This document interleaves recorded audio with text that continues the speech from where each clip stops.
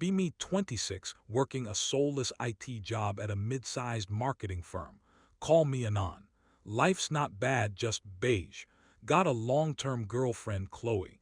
We've been together for 3 years, ever since senior year of college. She's vibrant, loud, and laughs with her whole body. The kind of person who makes friends in the grocery store line.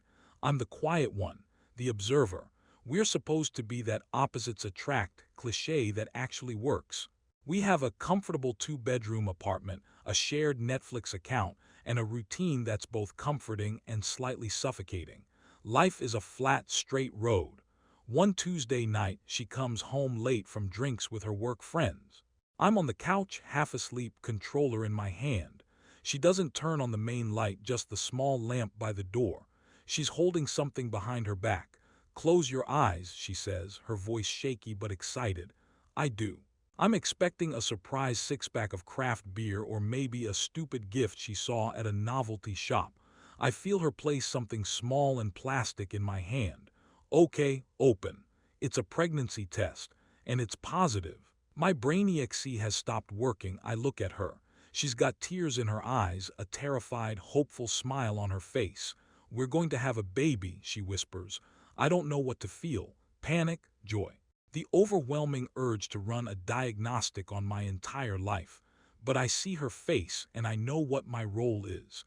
I stand up, hug her, and tell her everything's going to be okay. That night, I lie awake for hours, staring at the ceiling. A dad. Me. The beige road of my life just took a hard right turn into a completely unknown forest. But the fear starts to fade, replaced by a strange sense of purpose. I'm going to be a father. I'm going to be a good one. The next 9 months are a blur. I'm on autopilot, but in a good way. I work overtime, hoarding every extra dollar. We move to a slightly bigger apartment in a better school district. I spend a whole weekend painting the nursery a soft, gender-neutral yellow. I go to every doctor's appointment. I see the little flickering heartbeat on the ultrasound screen, and my own heart does a backflip.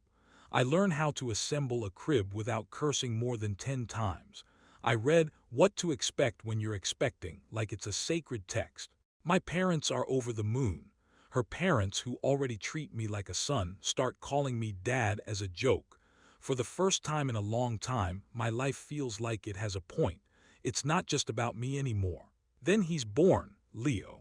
The birth is long and stressful, and I've never felt more useless in my life, but the moment they put him in my arms, everything else just dissolves. This tiny, red-faced, squirming human, my son. I look at his little face, his perfect hands, and I feel a surge of love so powerful it literally knocks the wind out of me. I am his. He is mine. That's all that matters. The first year is a beautiful, chaotic mess. Sleepless nights, mountains of diapers, the constant smell of spit-up. But also the first time he grabs my finger, the first gummy smile, the first time he babbles dida. Each moment is a new core memory. I'm exhausted, but I'm happy. We're a family. Around Leo's first birthday, the little questions start. Tiny, insignificant things you'd only notice if you were looking for them. And the worst part is I wasn't looking for them. We're at a family barbecue. My uncle, a man who prides himself on his bluntness, is holding Leo. "Kid's a looker," he says, squinting.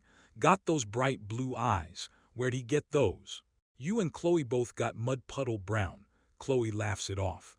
"Recessive genes, Uncle Mark. My grandma had blue eyes." I nod along. "Yeah, recessive genes. I remember that from ninth grade biology. It's possible. Unlikely, but possible. It's a tiny splinter in the back of my mind." A few months later, we're at the park. Another mom strikes up a conversation with Chloe. "Oh, he's beautiful. He looks just like you." She glances at me, smiling politely. "I don't see any of Dad in there at all." "He's all mine," Chloe says, beaming, pulling Leo into a hug. I feel a weird pang in my chest.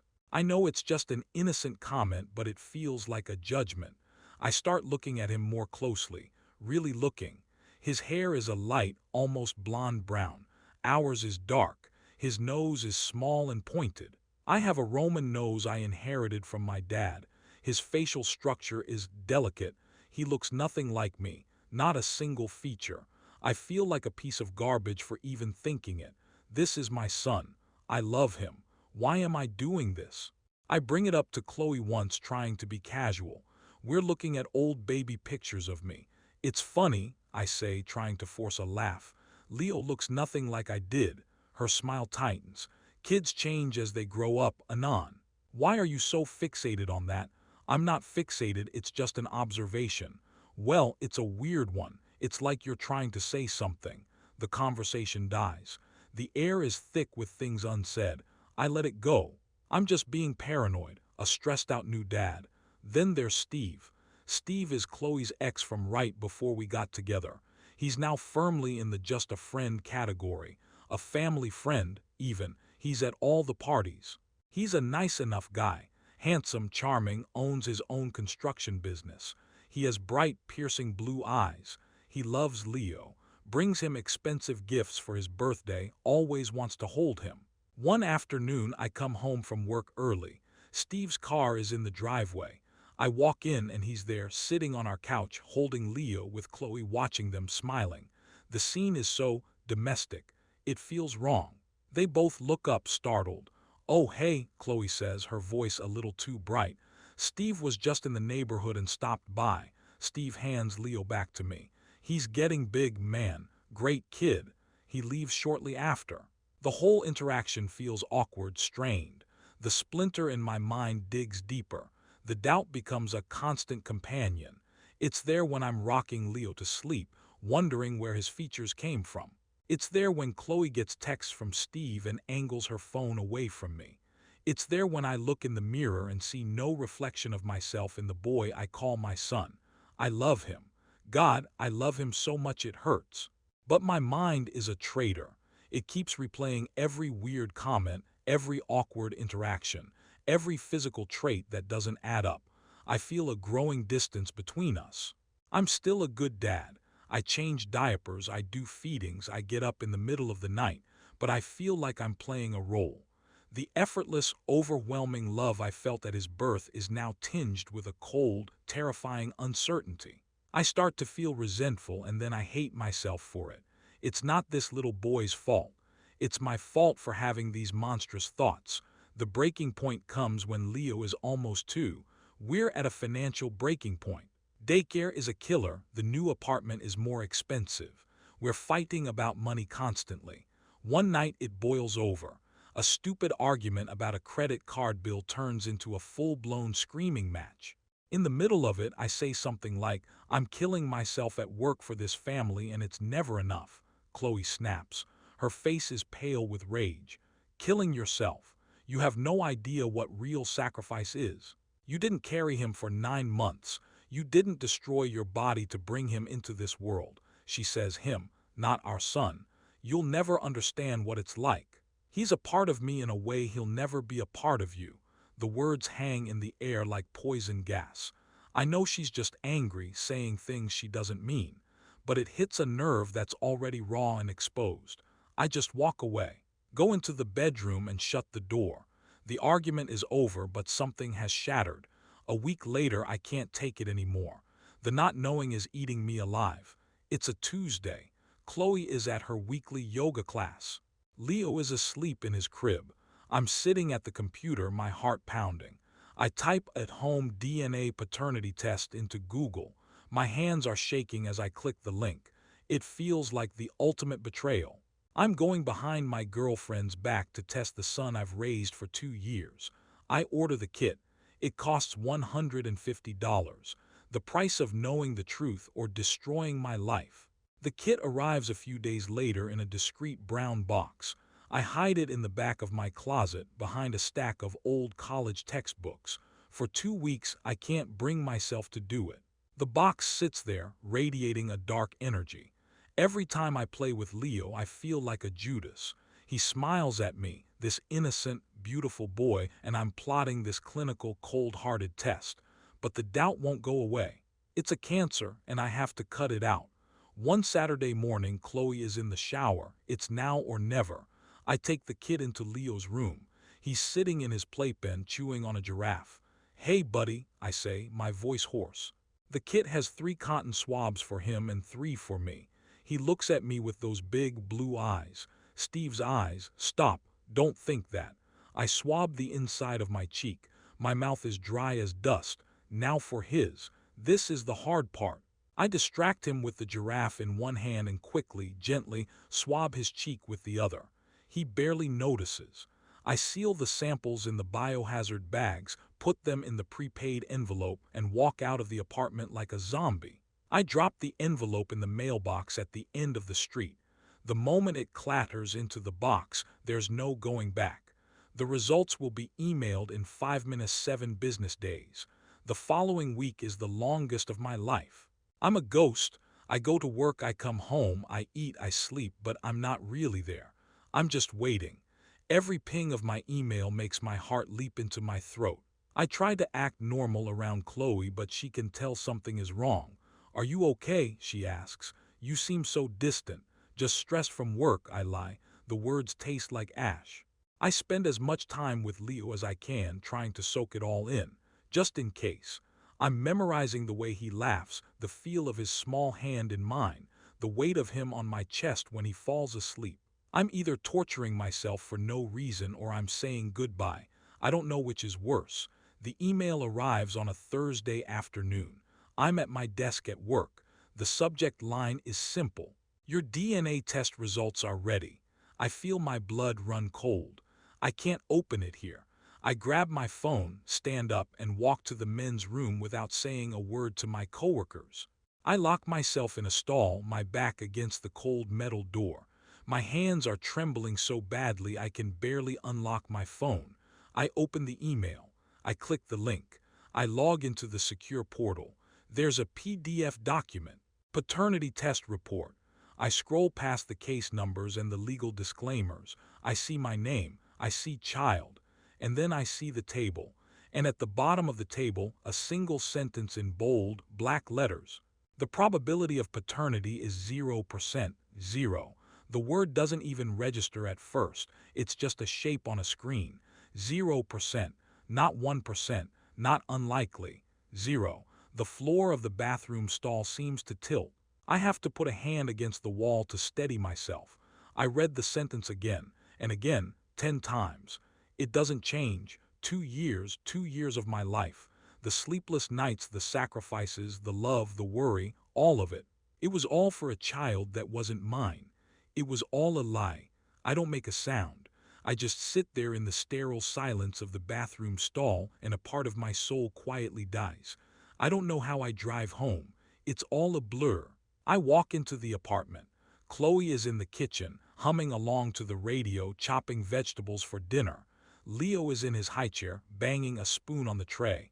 A perfect little domestic scene. A complete fabrication.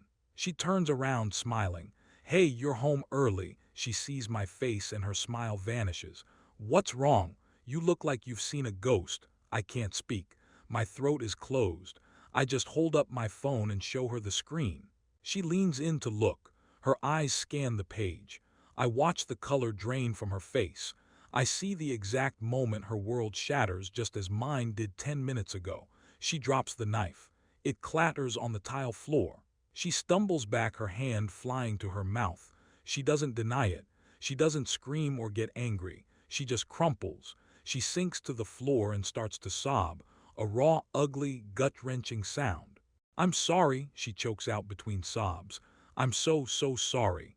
And in that moment, all the anger, all the rage I thought I would feel just isn't there. All I feel is a vast, hollow emptiness. Was it Steve? I ask.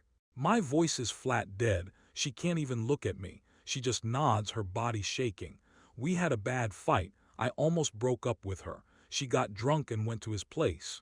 A moment of weakness, a stupid mistake. She found out she was pregnant 2 weeks later. She was too scared to tell me. She just let me believe. She let me fall in love with another man's son. I pack a bag that night. Just clothes, a toothbrush. I can't be in that apartment. Every object is a memory, and every memory is now tainted. I go to my best friend Mark's place. He opens the door, takes one look at my face, and just says, "Come in." He sits me on his couch, puts a beer in my hand, and lets me talk. I tell him everything. He doesn't say, "I knew it" or "I told you so." he just listens. When I'm done, he just puts a hand on my shoulder. I'm sorry, man. I'm so sorry. I stay with him for 2 weeks. It's a blur of legal websites, phone calls, and drinking way too much whiskey. The hardest part is telling my parents. They adore Leo. Their phones are filled with pictures of him. My grandson, my dad calls him. I have to sit them down and explain that the little boy they love isn't related to them. My mom cries. My dad, a man I've seen cry twice in my life, just sits there, his face like stone, looking older than I've ever seen him. I have to see Leo one last time, to say goodbye. Chloe agrees. It's a sterile meeting in a public park. He sees me and his face lights up. "Dada," he yells and toddles towards me with his arms outstretched. I pick him up. I hold him tight and bury my face in his hair. He still smells the same, like baby shampoo and innocence. He has no idea. He's just happy to see me. I love this little boy. That's the part that kills me. The love is real. The biology isn't, but the bond is. But I can't stay. I can't be Uncle Anon. I can't watch him grow up, knowing his real dad will be there, knowing every time I look at him I'll be reminded of the lie. It would destroy me. I kiss him on the forehead. "Be a good boy, Leo," I whisper. I put him down. He reaches for me, confused, his lower lip starting to tremble. I turn around and walk away without looking back. It's the hardest thing I have ever done. Every step feels like I'm ripping a part of my own body off. The next year is dark. I quit my job. I move into a cheap, tiny apartment on the other side of town. I cut off almost everyone except Mark and my parents. I'm just broken. The life I was building is gone. The future I was working for was a mirage. I spend a lot of time thinking about trust, about love, about what makes a family. I realized the life I had with Chloe, it was comfortable, but it wasn't me. I was following a script. College, job, girlfriend, marriage, kids. I never stopped to ask if it was what I actually wanted. One day, I'm walking past a community center and see a flyer for a woodworking class. On a whim, I sign up. The first time I use a hand plane to smooth a piece of rough lumber, something clicks. The focus it requires. The honesty of it. The wood is what it is. You can't lie to it. You have to work with it. You can't force it. I throw myself into it. I spend every spare moment in the workshop. I find a kind of peace in the creation. Taking something raw and broken and turning it into something whole and useful. It's a metaphor that's a little too on the nose, but I don't care. It's working. It's been 3 years now. I have my own small workshop. I build custom furniture. It's not a lucrative career, but it's mine. I built it from nothing. I'm happy. A quiet, sturdy kind of happy, like a well-made chair. Mark comes by the shop sometimes.